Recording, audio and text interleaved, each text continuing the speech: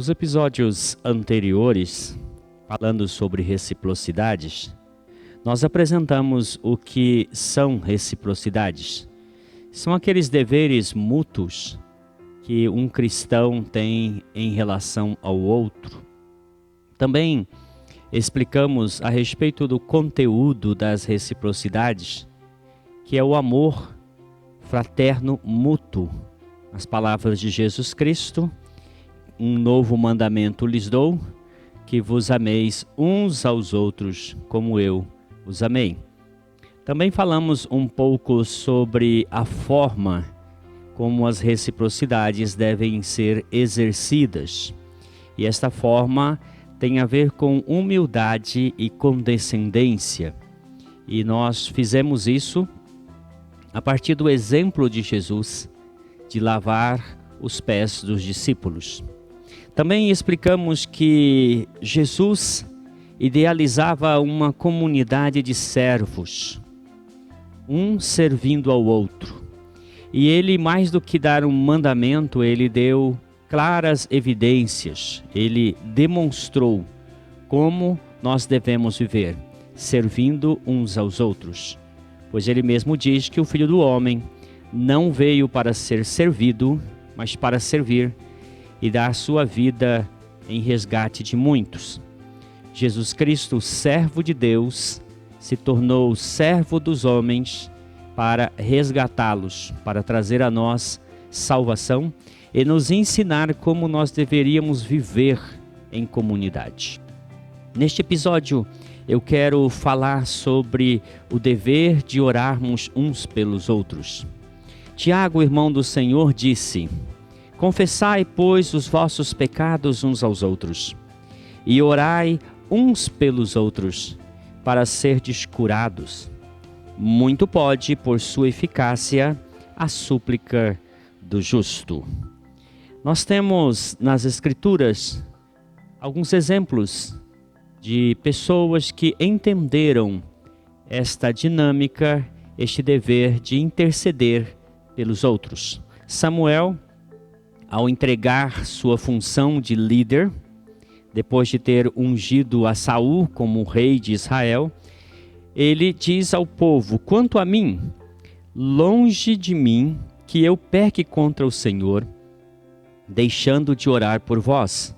Antes vos ensinarei o caminho bom e direito. Mas o maior exemplo de todos é Jesus Cristo, pois Jesus orava pelos discípulos, em diversas ocasiões intercedia por eles, mas em especial em João 17, Jesus ora pelos seus discípulos e também por todos aqueles que um dia viessem a crer nele. Jesus é o supremo intercessor. E o autor de Hebreus diz que ele continua vivendo para interceder por nós. Um outro exemplo nós encontramos na pessoa de Epáfras. Paulo diz: saúda-vos Epáfras, que é dentre vós, servos de Cristo Jesus, o qual se esforça sobremaneira continuamente por vós nas orações, para que vos conserveis perfeitos e plenamente convictos em toda a vontade de Deus. E dele dou testemunho de que muito se preocupa por vós, pelos de Laodiceia e pelos de Hierápolis.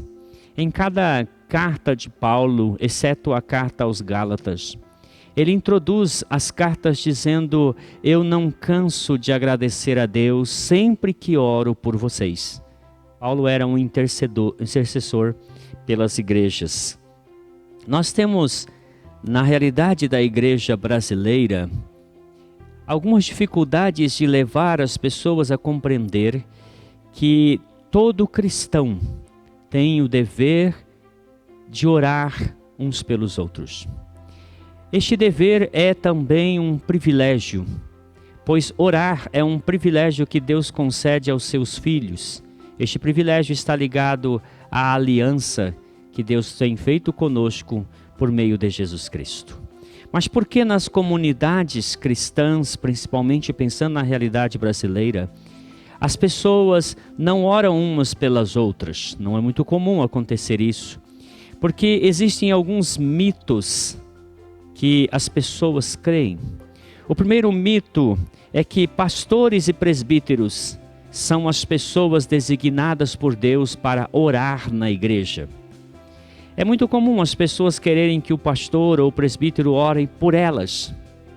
No entanto, apesar do fato de que sim, os pastores e presbíteros devem ser homens de oração, todavia, ao fazer isso, as pessoas estão como que terceirizando o privilégio que elas têm de orar a Deus, de interceder uns pelos outros. Este mito tem permanecido na igreja e é um resquício de uma concepção muito antiga que leva em consideração a ideia de que o pastor ou a liderança tem uma função sacerdotal. Na verdade, todos nós somos sacerdotes. Nós somos a geração eleita, o sacerdócio real, a nação santa. Cada um de nós é um sacerdote e pode comparecer diante de Deus.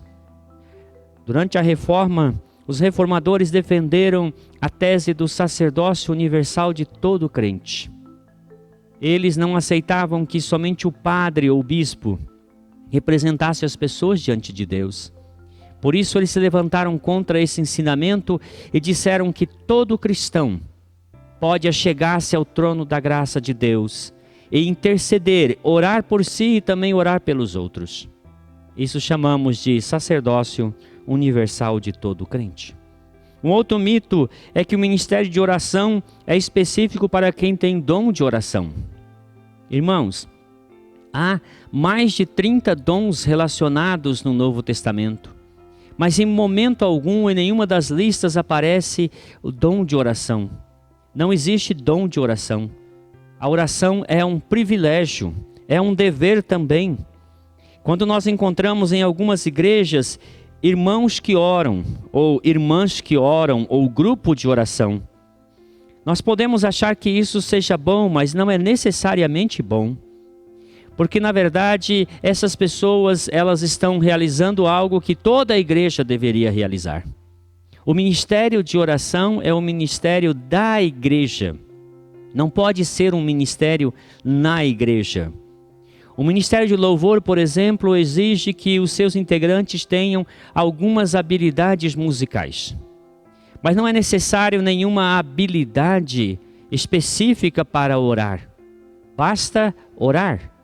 Nós aprendemos a orar orando. E é importante que nós ensinemos os discípulos a orar para que todos orem. O terceiro mito é que existe uma unção específica para a oração.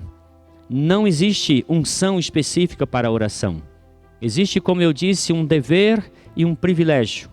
Você não precisa receber uma unção divina por meio de um evento ou coisa parecida para ser um intercessor, para orar pelas outras pessoas. É só orar. Algumas verdades. A grande verdade é que todos podem e todos devem orar. Já tenho enfatizado isso, mas quero dizer claramente que por estarmos aliançados com Deus em Cristo Jesus, uma das promessas da aliança é que nossas orações seriam respondidas. Então, quando um cristão deixa de orar, ou deixa de orar pelos outros, de interceder, ele está abrindo mão de um privilégio que lhe foi concedido por meio da morte de Jesus Cristo. Por isso, é importante que nós paremos de terceirizar, de ficar esperando que as pessoas orem por nós. Nós devemos aprender a orar por nós e também orar pelos outros. A segunda verdade é que o ministério de oração na igreja é uma questão de decisão própria e também coletiva. Toda a igreja deve ser incentivada a participar deste ministério de oração da igreja. Não ficar esperando que o presbítero ore pela igreja ou que o pastor ore pela igreja, mas cada um orar, cada um interceder pela igreja como um todo.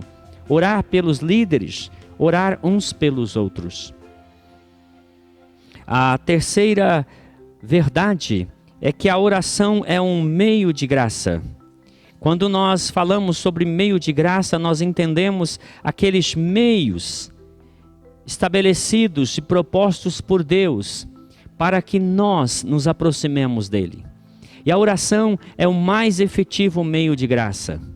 Se nós não ensinarmos a comunidade a orar, se a comunidade não aprender a orar, orando uns pelos outros, eles estarão experimentando muito pouco da graça de Deus. Quando nós aprendermos a orar e entendermos que a oração é central na vida da igreja, nós vamos descobrir que somente através da oração é que nós verdadeiramente chegaremos a uma maturidade espiritual e a igreja será uma igreja sadia. Uma igreja que não ora não deveria crescer. Não deveria crescer numericamente porque não vai conseguir crescer qualitativamente. É importante entendermos que este dever recíproco é de extrema importância para a saúde espiritual da igreja e dos membros em particular.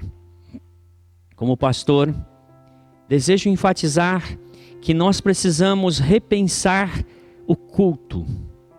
Muitas vezes nós ficamos preocupados em que o culto tenha louvor, tenha palavra, mas nos esquecemos que o Senhor Jesus, quando estava no templo em Jerusalém, ele disse assim: a minha casa será chamada casa de oração.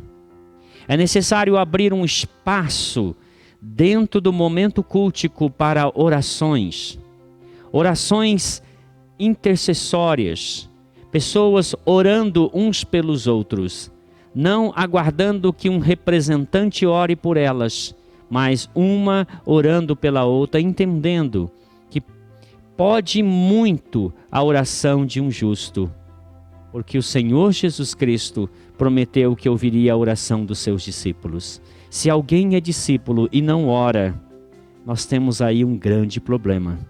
E se é um discípulo e não ora pelos outros, no máximo um discípulo egoísta, que não entendeu a proposta de Jesus de sermos uma comunidade de servos que servem à semelhança de Jesus, orando uns pelos outros. Que Deus os abençoe em nome do Senhor Jesus.